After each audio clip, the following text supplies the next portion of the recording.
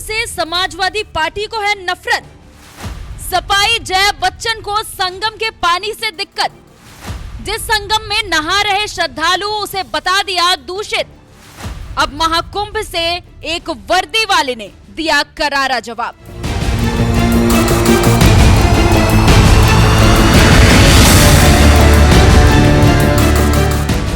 तीर्थराज प्रयागराज में जब महाकुंभ का आगाज भी नहीं हुआ था, समाजवादी पार्टी तभी से तैयारियों पर सवाल उठाने के बहाने लगातार योगी सरकार को घेरने में लगी हुई थी। खुद सपाई अध्यक्ष अखिलेश यादव पिछले कई दिनों से लगातार महाकुंभ के बहाने योगी सरकार पर निशाना साध रहे थे, जिसका जवाब सीएम योगी ने रामनगरी अयोध्या की धरती से दिया।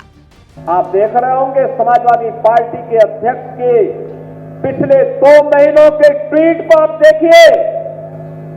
इन्होंने जितने भी इस दौरान वक्तव्य दिए हैं, इस सदी के सबसे बड़े आध्यात्मिक और सांस्कृतिक आयोजन महाकुंभ प्रयागराज का विरोध करते हुए इनके ट्वीट सारे के सारे आए हैं। दुनिया में आ रही है। अब तक 34 करोड़ श्रद्धालुओं ने प्रयागराज के मां गंगा, मां यमुना और मां सरस्वती की त्रिवेणी के संगम में आस्था की पवित्र डुबकी लगाई है। दुनिया विभूत है। कल उपराष्ट्रपति जी आए थे, दुनिया के 74 देशों के राजदूत आए थे, हाई कमिश्नर्स आए थे, पूरी दुनिया आ रही है, विभूत है। पूज्य संत जन आए हैं, सभी आचार्यगण आए हैं, देश और दुनिया के श्रद्धालु आए हैं, पर्यटक आए हैं, लेकिन पीड़ा समाजवादी पार्टी को हो रही है, जिससे सनातन धर्म का गौरव बढ़ता हो, जिससे हर भारतीय का सीना चढ़ा होता हो, जिसमें हर व्यक्ति अभिभूत होता हो, उससे समाजवादी पार्टी को पीड़ा होती है। एक तरफ जहां सपाई अखिलेश यादव लगातार महाकुंभ के बहाने योगी सरकार को कटघरे में खड़ा कर रहे हैं, तो वहीं दूसरी तरफ समाजवादी पार्टी से सांसद जया बच्चन ने भी अब मोर्चा संभाल लिया है और मौनी अमावस्या के दिन महाकुंभ में हुए हादसे के बहाने संगम के पवित्र जल को ही दूषित बताते हुए बयान दे दिया कि भगदड़ के बाद नदी में शव फेंके गए हैं और इससे पानी प्रदूषित हुआ है। सबसे ज्यादा दूषित पानी इस वक्त कहाँ है? कुंभ में ही है। उसके लिए कोई सफाई नहीं दे रहा है। सबसे ज्यादा कंटामिनेटेड वाटर इस वक्त कहाँ है? कुंभ में है। उसके लिए कोई सफाई नहीं दे रहे। बॉडीज जो पानी में डाल दी गई हैं, उससे पानी कंटामिनेट हुआ है। यही पानी जो है लोगों तक पहुंच रहा है वहां। इसके ऊपर कोई सफाई नहीं दे रहे हैं और पूरा आई वॉश किया जा रहा है और सवाल उठा रहे हैं, खुद ही सवाल उठाते हैं, खुद ही जवाब दे रहे हैं। जो असली मुद्दे हैं इस देश के, जो कमजोर तबके के लोग हैं, जिनको कोई वीआईपी ट्रीटमेंट नहीं मिलता है। वीआईपीज चले जाते हैं कुंभ में, नहाते हैं, उनको स्पेशल ट्रीटमेंट मिलता है, उनकी तस्वीरें होती हैं, नेक्स्ट दिन आप लोग सब छापते हैं, दिखाते हैं। मगर जिन लोगों, जो गरीब लोग, जो आम आदमी हैं, उनके लिए कोई सपोर्ट नहीं है, कोई अरेंजमेंट नहीं है और झूठ बोल रहे हैं। 8 कितने करोड़ बोल रहे हैं? इतने करोड़ लोग वहाँ आएंगे कैसे? जिस संगम में करोड़ों लोग आस्था की डुबकी लगा रहे हैं, उस संगम के पवित्र जल को ही सपाई सांसद जया बच्चन ने सबसे दूषित पानी बता दिया। लेकिन शायद उन्हें ये नहीं पता कि योगी सरकार ये बात अच्छी तरह से जानती थी कि 144 साल बाद आए दुर्लभ संयोग में हो रहे महाकुंभ के आयोजन में देश दुनिया से लाखों करोड़ों श्रद्धालु प्रयागराज आएंगे और संगम में डुबकी लगाएंगे, जिससे पानी भी दूषित हो सकता है। इसलिए योगी सरकार ने सिर्फ पानी की सफाई के लिए 1600 करोड़ रुपए जारी किया है, जिसका असर भी दिख रहा है। बड़ी बड़ी मशीनें संगम में जल की सफाई में लगी हुई है, जिसकी जानकारी महाकुंभ में ड्यूटी कर रहे खुद एक जवान ने दी है।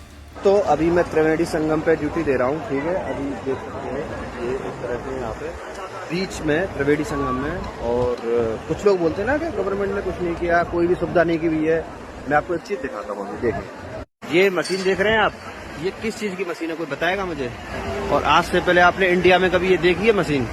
ये आज ही आपने देखी हुई है, इससे पहले आपने कभी देखी हो तो मुझे बताइए, और नहीं देखी हो तो मैं बता देता हूँ। ये है वाटर क्लीनिंग मशीन, ठीक है। इससे पानी क्लीन होता है, जो भी गंदगी होती है ना, तो सारी की सारी वो सारा कचरा इसमें चला जाता है। तो कभी मत बोलना कि गवर्नमेंट ने कुछ नहीं किया, आप देख सकते हैं। और आज से पहले न देखा और न आज के बाद देख पाओगे आप इसे। महाकुंभ से आई ये तस्वीरें देखकर आप समझ सकते हैं कि संगम के जल में साफ पानी रखने के लिए योगी सरकार कितनी मेहनत कर रही है। इतना ही नहीं, मेले के अतिरिक्त जिला मजिस्ट्रेट विवेक चतुर्वेदी ने बताया कि महाकुंभ में हर दिन संगम के पानी का टेस्ट किया जा रहा है। एक टीम बनाई गई है जो अलग अलग घाटों के पानी का सैंपल लेकर उसे लैब में टेस्ट करती है और पता लगाया जाता है कि किस घाट पर गंदगी ज्यादा है और कहां सफाई करनी है। श्रद्धालु पानी में जो फूल या नारियल फेंकते हैं उसे निकालने के लिए भी टीम बनाई गई है, जो हर 2 घंटे में मशीन की मदद से इन्हें बाहर निकाल लेती है। महाकुंभ के इस पावन मौके पर हर सनातनी पुण्य की डुबकी लगाना चाहता है, जिससे संगम का पवित्र जल दूषित भी होता तो उसे शुद्ध करने के लिए दिन रात प्रशासन लगा हुआ है, जिससे श्रद्धालुओं को कोई परेशानी ना हो। लेकिन इसके बावजूद सफाई सांसद जया बच्चन कह रही है कि इस वक्त सबसे ज्यादा दूषित पानी संगम में है। उनकी इस राय पर हमें कमेंट कर जरूर बताइएगा। साथ ही सीएम योगी ने महाकुंभ के मुद्दे पर विपक्ष को जवाब देते हुए क्या कुछ कहा है, आइए आपको सुनाते हैं। कांग्रेस अध्यक्ष श्री मल्लिकार्जुन खड़गे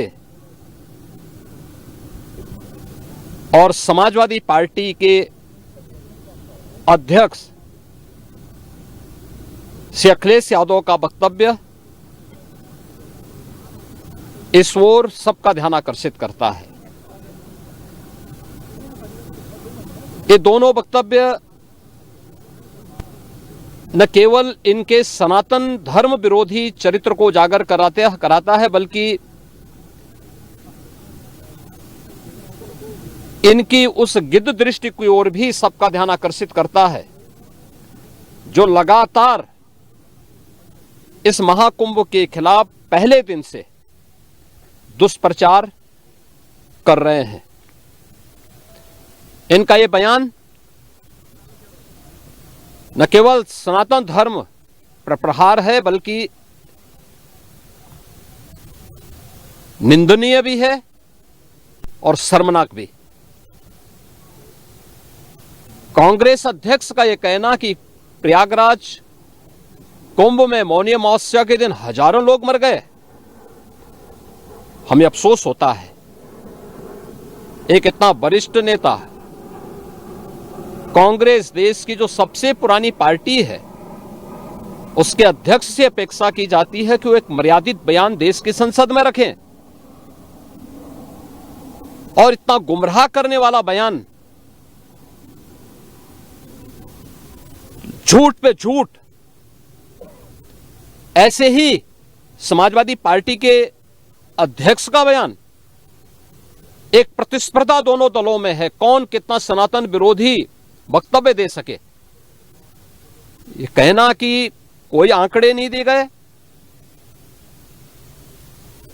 यहां से प्रशासन से जो बयान जो आंकड़े दिए गए, उन आंकड़ों को मैंने भी सबके सामने रखा। घटना दुखद थी, हर व्यक्ति दुखित था, और जितने क्विक रिस्पांस से मेला प्रशासन, पुलिस, एनडीआरएफ, एसडीआरएफ, सिविल डिफेंस, इन सब ने मिलकर के घायलों को हॉस्पिटल पहुंचाने का काम किया, अपने आप में एक मिसाल है। करोड़ों लोग प्रयागराज में उस दिन उपस्थित थे। ये दोनों दल चाहते थे और सनातन धर्म विरोधी चाहते थे कि बड़ा हादसा हो जाए। हमारी पहली प्राथमिकता थी कि किसी भी स्थिति में इसको हम जीरो हादसे तक लेके जाएं, लेकिन दुर्भाग्यपूर्ण तरीके से घटना घटित हुई। लेकिन जितने क्विक रिस्पांस से प्रशासन ने और सभी संबंधित संस्थाओं ने कार्य लेकर के उन्हें हॉस्पिटलाइज किया, उसमें कुछ लोग उस हादसे के शिकार हुए, वह दुखद है। उन सभी परिवारों के प्रति हम लोगों ने अपनी संवेदना भी व्यक्त की और उसके लिए कुछ आर्थिक मुआवजा भी घोषित किया। यद्यपि किसी व्यक्ति की कमी मुआवजे से नहीं हो सकती, लेकिन तब भी हम लोगों ने एक प्रयास किया। घायलों का प्रॉपर उपचार कराया। वे सभी घायल आज भी कुछ प्रयागराज मेडिकल कॉलेज में हैं, बाकी अपने परिवार के सदस्यों के साथ चले गए हैं। मैंने भी, मेरे साथ मेरे मंत्रियों ने भी, प्रशासन ने भी, प्रदेश के मुख्य सचिव ने भी, प्रदेश के डीजीपी ने भी उन सभी लोगों से मुलाकात की थी। और मैं तो देखकर बहुत चौंक था कि जो लोग प्रयागराज मेडिकल कॉलेज में भर्ती थे, जब मेरी उनसे बातचीत हो रही थी तो उनमें से सभी लोग ये कहा, उनके द्वारा कहा जा रहा साहब व्यवस्था में खामी नहीं, लेकिन हमारी किस्मत है या फिर ऐसी स्थिति पैदा हुई। और उनके सभी पहलुओं को लेकर के सरकार भी जांच करा रही है और उसके लिए एक न्यायिक कमीशन भी हमने तत्काल गठित किया। लेकिन हमारी पहली प्राथमिकता थी कि जो ये लगभग 8 से 9 करोड़ लोग प्रयागराज में उपस्थित हैं, इन्हें सुरक्षित उनके घरों के लिए वापस भेजना। इन दोनों दलों और सनातन धर्म विरोधी उन सभी लोगों के वक्तव्य, जो लोग ये गुमराह करने वाले वक्तव्य दे रहे हैं कि लाखों लोगों ने स्नान नहीं किया, सरासर गुमराह करने वाला है। ये वक्तव्य देना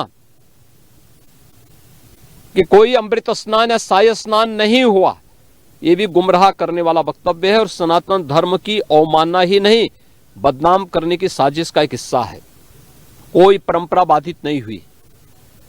मौनी अमावस्या का स्नान पहले दिन सायंकाल 7:30 बजे से प्रारंभ हो गया था